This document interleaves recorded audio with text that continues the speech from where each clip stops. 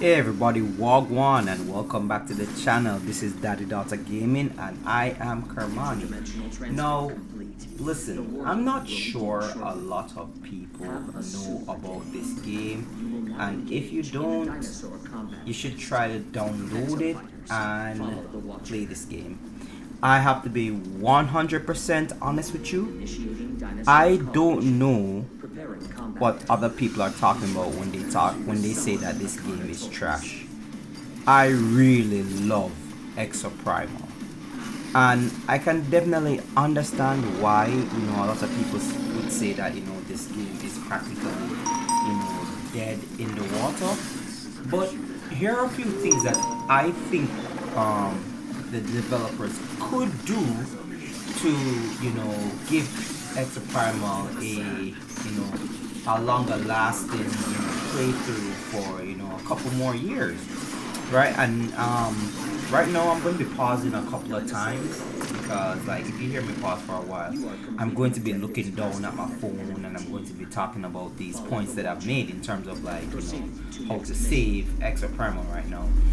But I got Exoprimal because of my Ultimate Game Pass, and I gotta be honest with you people, I really and truly love Exoprimal. I don't know anybody that wouldn't give the arm or the leg to fight against dinosaurs in an exosuit, and it's a pretty cool game, and I honestly really and truly, even though I think it could have been done better, I think they did pretty well when they developed and made this game.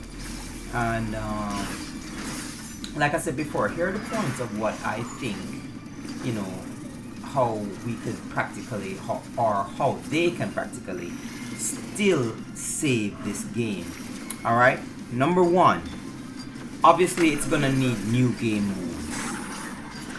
I think a game mode like Seek and Destroy, a Nest of Eggs would work. One of the game modes could be Seek and Destroy and Nest of Eggs.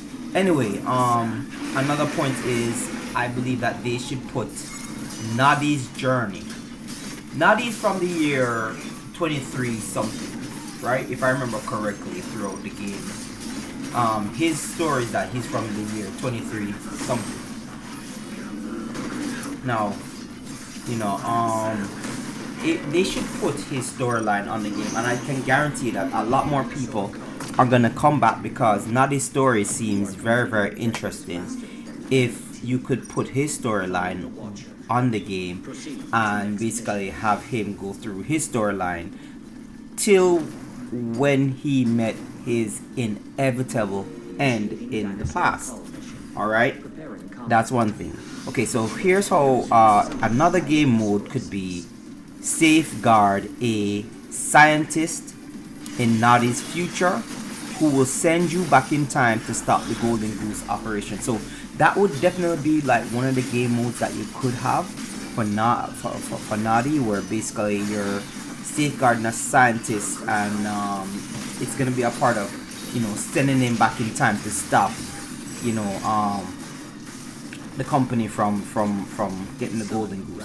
Anyway, here's how that game mode would work. You would be tasked with protecting a scientist from getting eaten while he or she powers up the machine, like the time machine. If, like, the opposing side, they have a boss dinosaur like a T-Rex or a Carnosaur, they can basically pick up the scientist and run away with the scientist to a specific area where they could practically eat the scientist, or delete the scientist, take the scientist's life. A time limit would be running, and as the scientist is basically being taken away, that time limit is still running, the machine is still being powered up, and you still would have time to save the scientists, bring them back to the machine, and you know what I mean, and help that the scientists would basically power up the machine a little bit more. And it could not just be one scientist, it could be several other scientists. Anyway, so when they take the scientist, yeah, sorry, I made a mistake. When they take the scientist, the machine actually starts to begin to power down. So it will probably stay at the same percentage, but the machine has to be like say it has 10 blocks of energy and the scientist is holding it stable at 10 blocks of energy. So when you take the scientist away, the machine is basically going to start powering down and the percentage is going to start slowing down until it comes to a complete halt because the machine is, you know, off. So basically, you know, Abus will be basically, you know, dealing with the dinosaurs. They'll be the ones controlling the dinosaurs, and whoever is on the side of Abus, they basically would take control of the dinosaur, and they would be able to execute the scientist, you know, in that area. Anyway, here is what could happen during the regular game. During the regular game modes, like, you know, just the regular survival modes, you could practically, you know, be tasked with finding the modules and the equipment and all the info and the blueprints and things like that.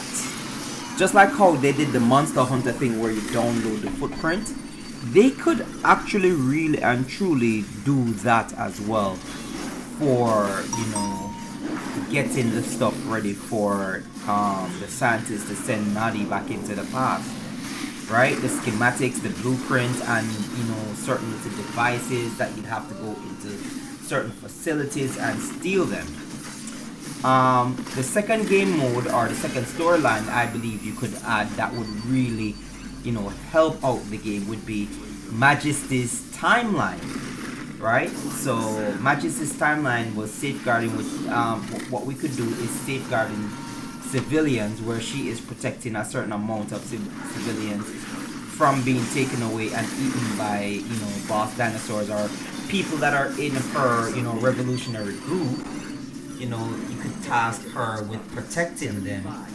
You know what I mean? Like putting them in an area and she has to protect them from, you know, being taken away or, you know, whatever it is. Yeah, you guys understand what I'm saying. So I think that if you put Nadi's storyline on it and Majesty's story timeline of how she went all the way back in time and then the island got its name Bikito because of her.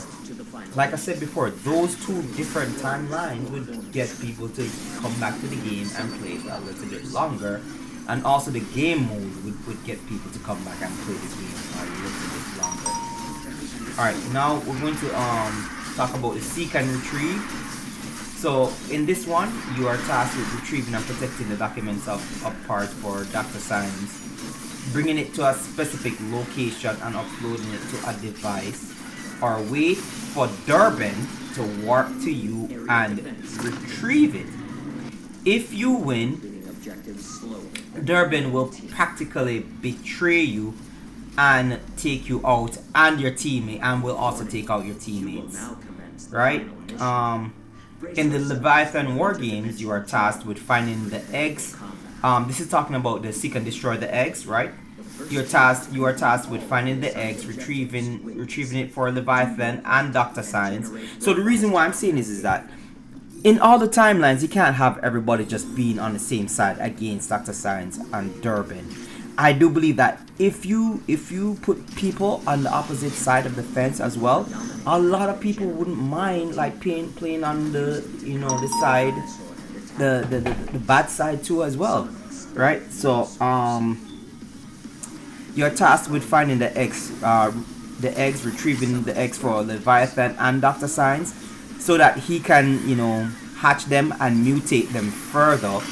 Depending on how many eggs you guys protected, they will hatch and you get to control them for attacking the opposite team. And this is basically the handicap against the other team, where if you're able to, let's say they have 5 people on a team and there's 5 eggs. Now, if you basically still protect 3 eggs, that's basically you being able to use 3 T-Rexes or 3 Carnosaurs or 3 Neo T-Rexes, you know, after they hatch and mutate by Dr. Science. And basically you you're able to decimate the other team. Anyway,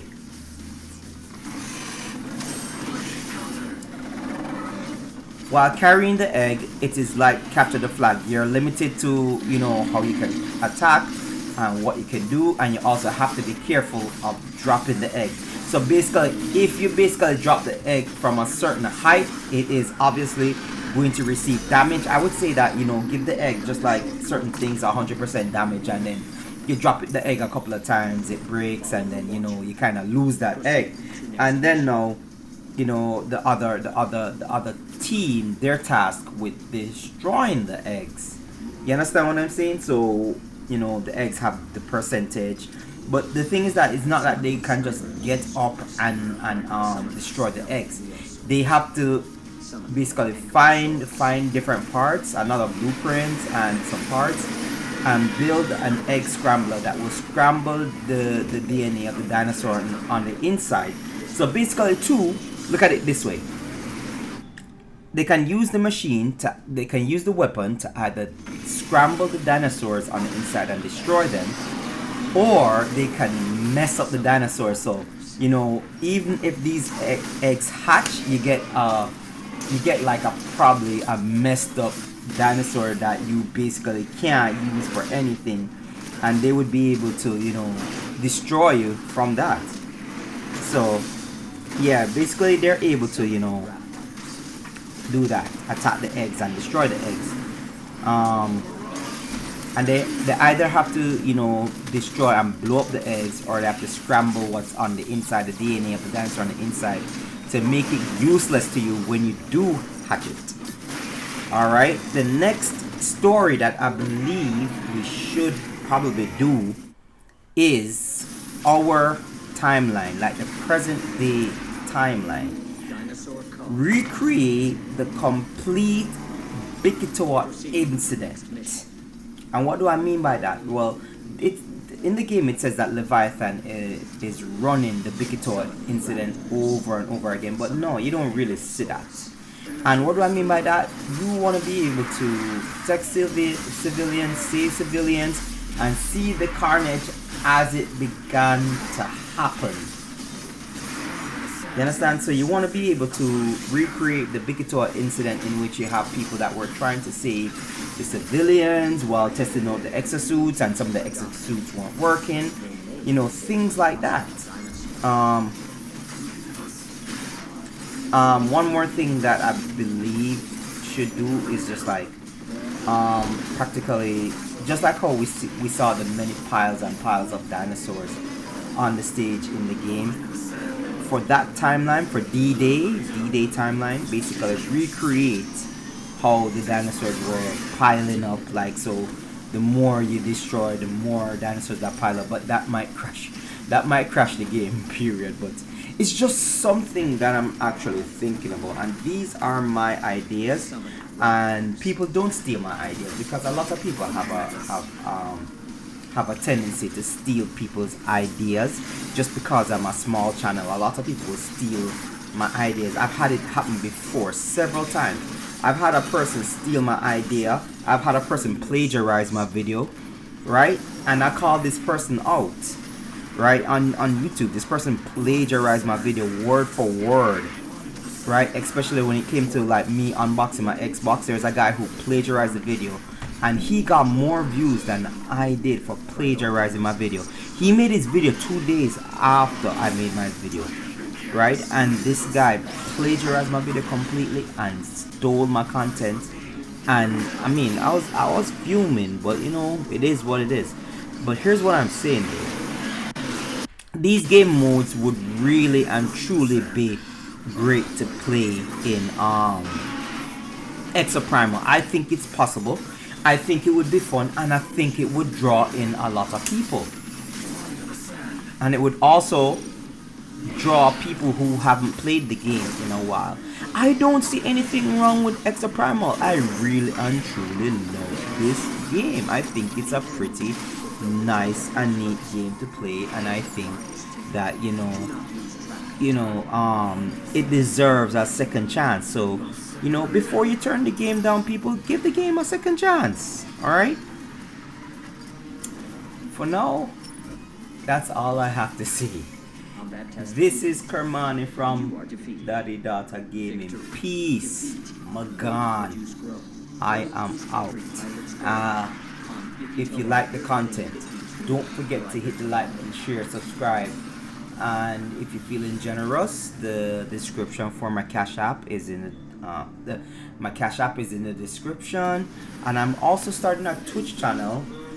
I really would like some advice on how to do Twitch. I'm doing my best to I just don't have time. Alright, so anyway people, take care. My next video is going to be on the 5TB Seagate that I bought. That was very affordable, and you know, I hope you people watch it too as well. Take care.